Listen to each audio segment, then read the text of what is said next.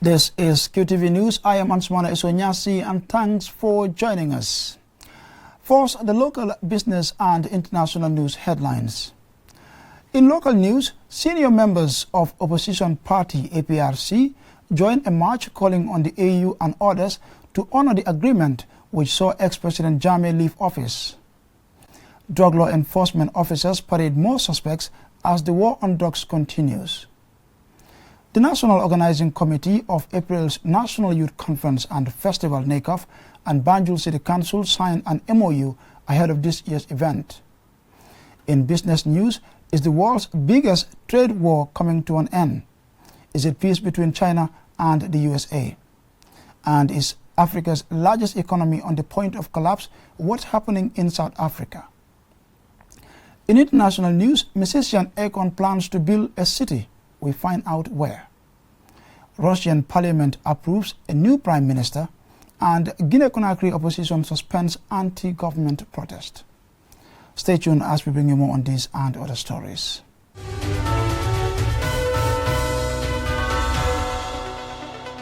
First, the local news in detail. The opposition political party APRC on Thursday organized a peaceful demonstration demanding the return of the party's exiled leader, ex-President Yahya Jammeh. As Mahmoud Lamin Choi reports, they called on the AU, the UN and ECOWAS to honor the joint declaration which saw Jammeh leave the country. Given a permit to demonstrate at the 11th hour, APRC supporters are out in their thousands ready to call for the safe and peaceful return of former President Yahya Jammeh.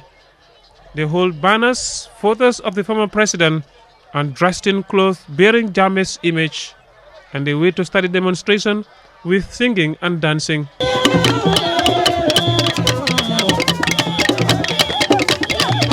This demonstration comes almost 3 years since the UN, AU and ECOWAS made a joint declaration to achieve a peaceful resolution to the Gambia's political impasse, which came about after the December 2016 elections. The three international bodies made commitments in the declaration, among which were to work with the present Gambia government to ensure Yahya Jammeh's freedom to return to Gambia at any time, protect his lawful properties and assets from government seizure, and that no legislative measures is taken against him and his associates. The APRC Deputy Spokesperson and Secretary Dudu Jah says the demonstration is a reminder and follow-up to that 2017 declaration. No, the last was, I think, last month. They came to our political bureau in Manjai to make a follow-up on that discussion we had at the UN House. And again, we reminded them the same thing, but we're still not getting any positive response. We said perhaps they're saying it's just a few people trying to negotiate.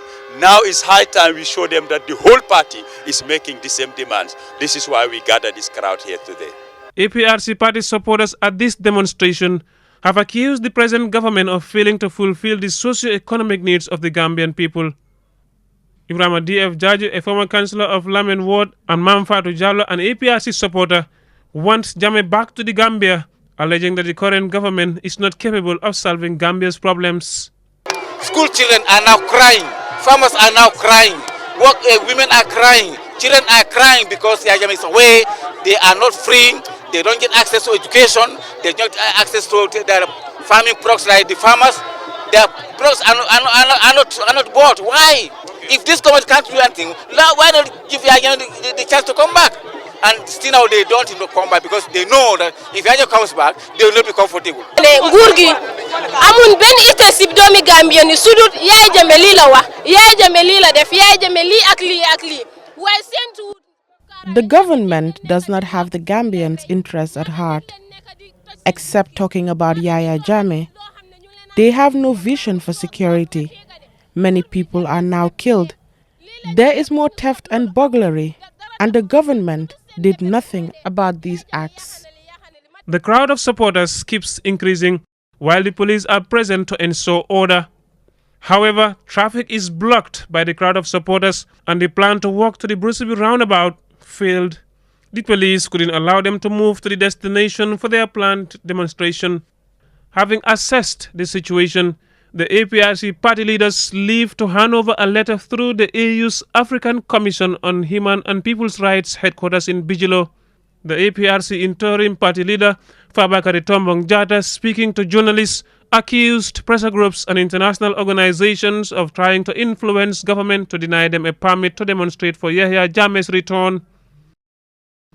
The interim leader warns the EU against meddling in Gambia's internal affairs. Yahya Jammeh had indicated on a recently widely shared audio conversation with the deputy party leader of APRC that he intends to return to the Gambia. However, the Gambia government spokesperson, when asked about this, told the BBC that Jammeh's safety cannot be guaranteed if he returns.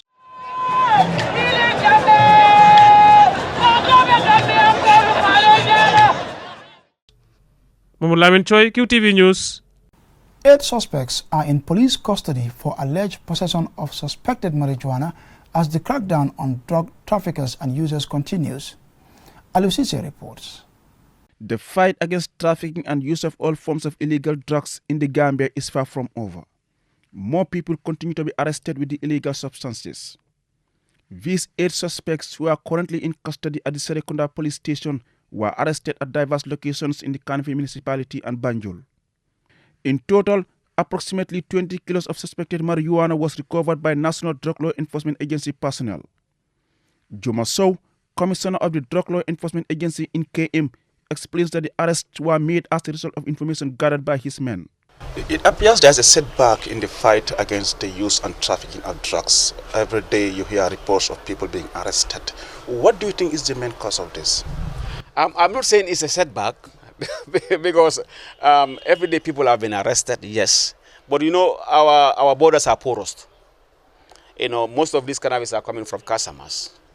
So, but like we always said, we cannot be at every place at all the time.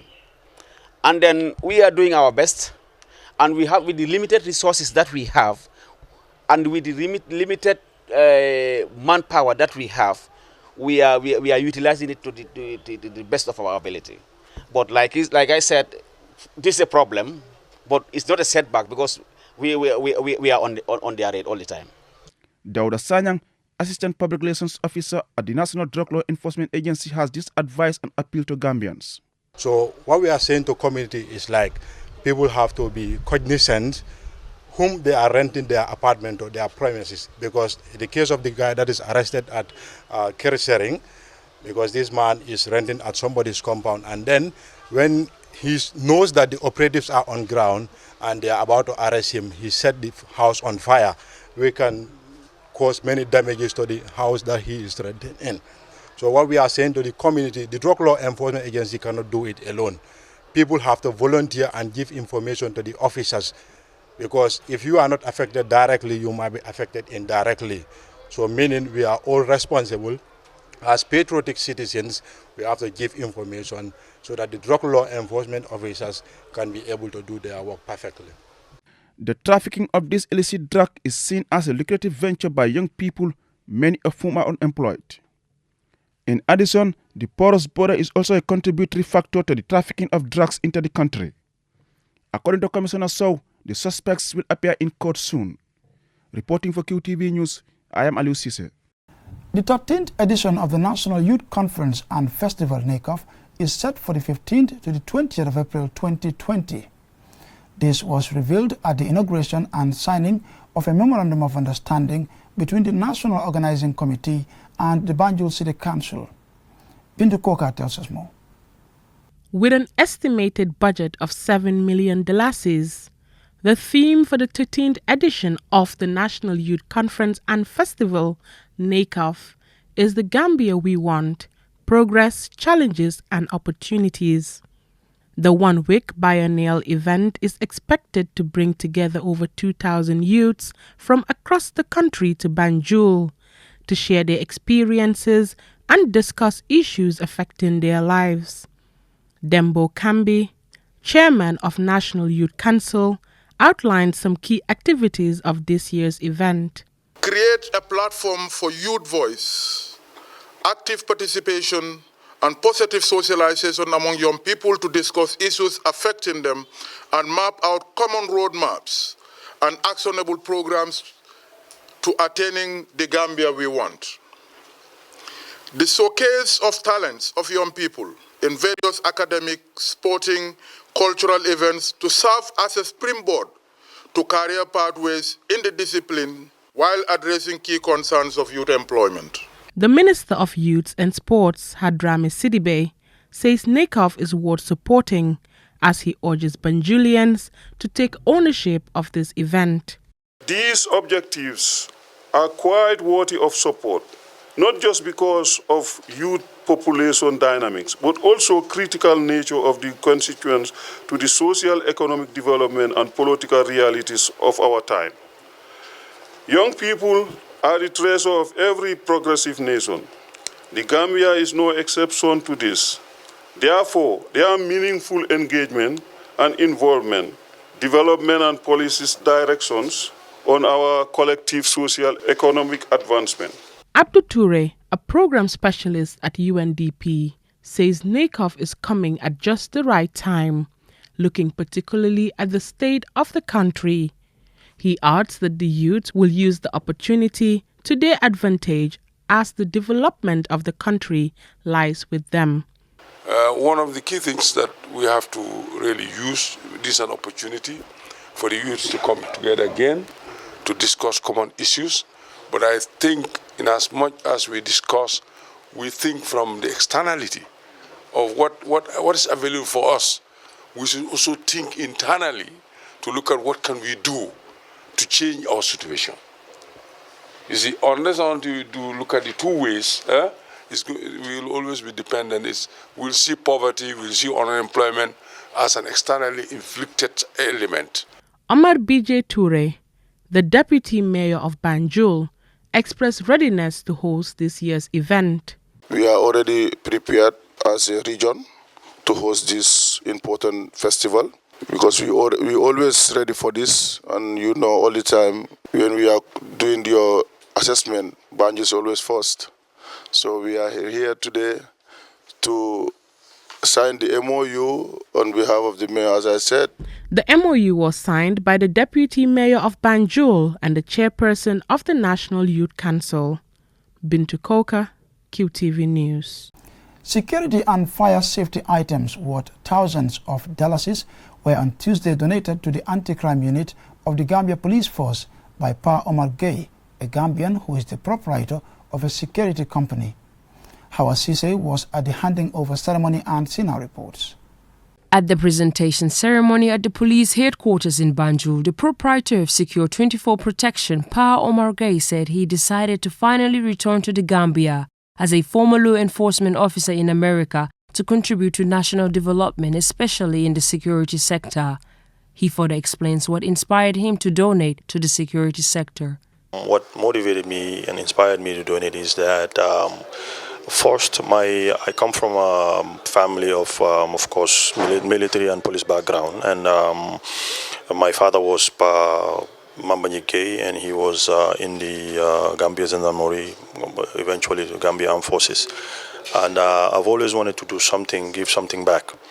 And part of that, I wanted to start up my own association. But since his colleagues already have some type of organizations, a charitable foundation, I decided to use that platform to donate through my company.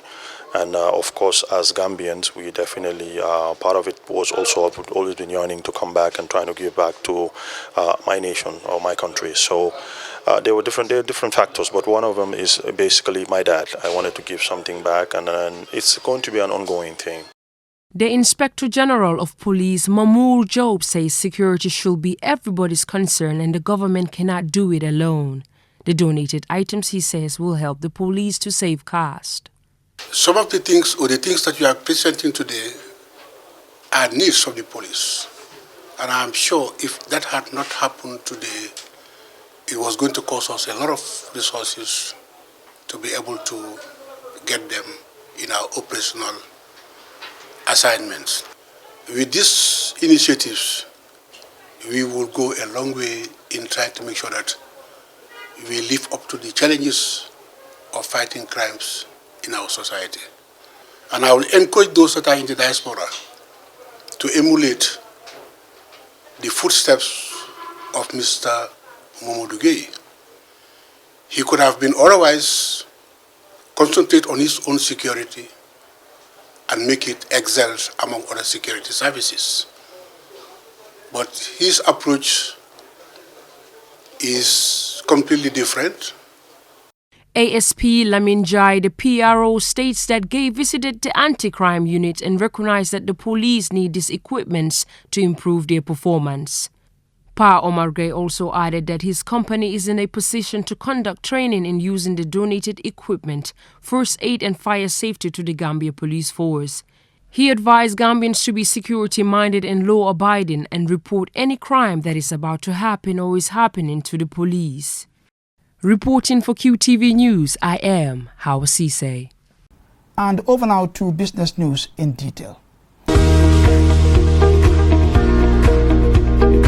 What has been described as the biggest ever trade war appears to be coming to an end. America and China, the world's two largest economies, have signed an agreement to end a trade war that had seemed likely to harm both their economies. The deal, which is being referred to as Phase 1, settles some of the squabbles between the two nations, but still leaves many matters unresolved, including technology transfer, intellectual property protection, or state aid for businesses. For now, this is being seen as a temporary ceasefire. South Africa's economy, Africa's second largest by GDP after Nigeria, is going through hard times. This is even though Black Friday trading boosted sales. Some analysts have gone so far as to say the economy is on the point of collapse. This is after the economy saw its worst performance for 10 years. Confidence in the country's state sector has been shaken by corruption scandals that have gone right to the top of the political tree. One of the biggest scandals involves the state-owned utility company Eskom. The company, which supplies about 95% of South Africa's power, has $30.5 billion of debt and is surviving on state bailouts after massive cost overruns at two partially completed coal-fired powered plants. The company has also been hit by allegations of contracts being awarded after senior officials received bribes. And from that report, we take a short commercial break. But when we return, in international news, Akon announces his most ambitious project yet. And Guinea's opposition decide to suspend their street protest following 3 deaths. Join us after the break for these stories and more, as well as some sports news. QCell is at it again with its brand new free mobile app. Oh yes! Now you can access the wonderful world of QCell with the new app and get all your favorite services on the app. There's no need to remember any codes. Fantastic! No more codes. And even better, with the new app you can live stream QTV and listen to Q Radio on your phone anywhere, anytime. Yes, listen to Q Radio Live, purchase your Q Power tokens, use your Q Money wallet, and do much more, all for free on the app. Go now and download the app for free from Play Store or the App Store. And you can get 30 days free QTV streaming once you download the app. It's unbelievable. Yeah, that's because it's QCell, the network you trust for great things. QCell, a decade of innovation. A lifetime of trust.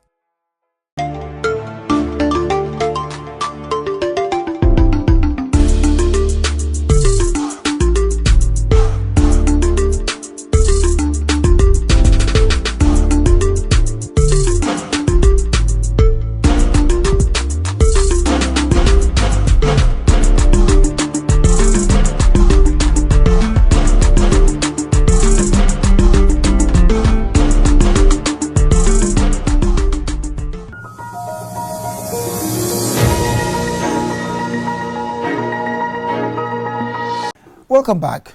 In international news, earlier this week, the singer Akon tweeted that he had finalized an agreement to build a 2,000-acre city to be called Akon City in the West African country, which he has said will be like a real-life Wakanda, a reference to the futuristic African country in the 2018 film Black Panther.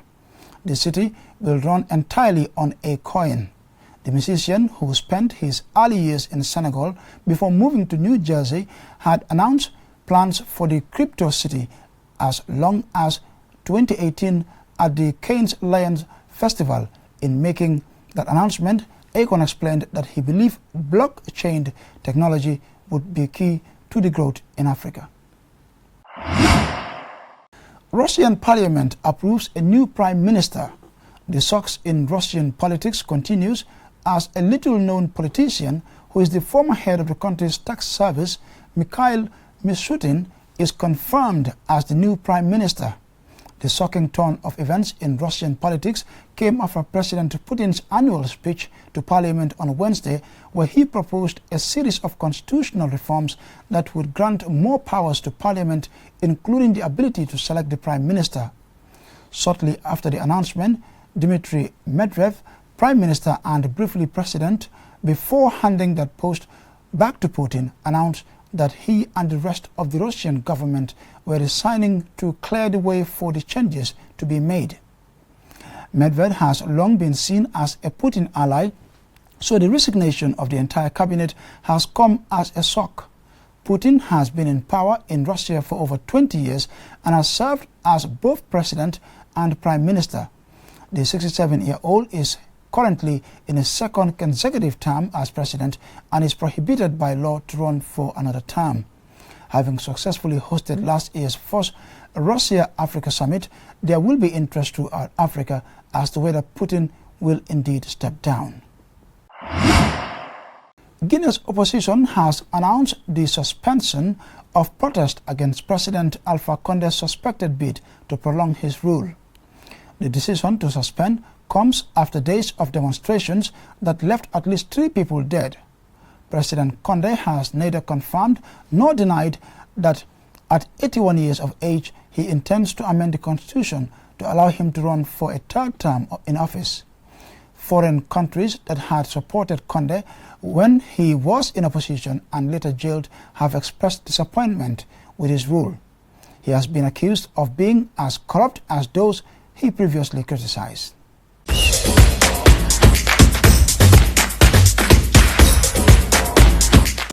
And welcome back. Over now to sports, and joining me in the studio is my colleague Ali Sise for a look at today's sporting stories. Ali, what stories have you got for us today? Thank you very much, Ansumana. We're starting with long distance run because all is set for the 2nd edition of the Senegambia Run for Integration, which will be held this weekend. Athletes are prepared for the long distance run, of course 300 kilometers from Barra to Dakar. I mean, the last edition was last year, of course, between Farafenni and Dakar. So preparations are at an advanced stage for this all-important long-distance run.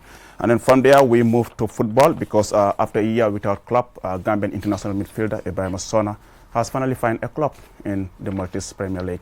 Monster FC announced they have signed the former Gambia under-17 and under-20 player.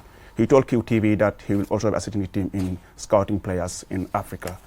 From there, we move to the African Cup of Nations because CAF has announced a change in the planned dates for the hosting of this tournament slated for next year in Cameroon.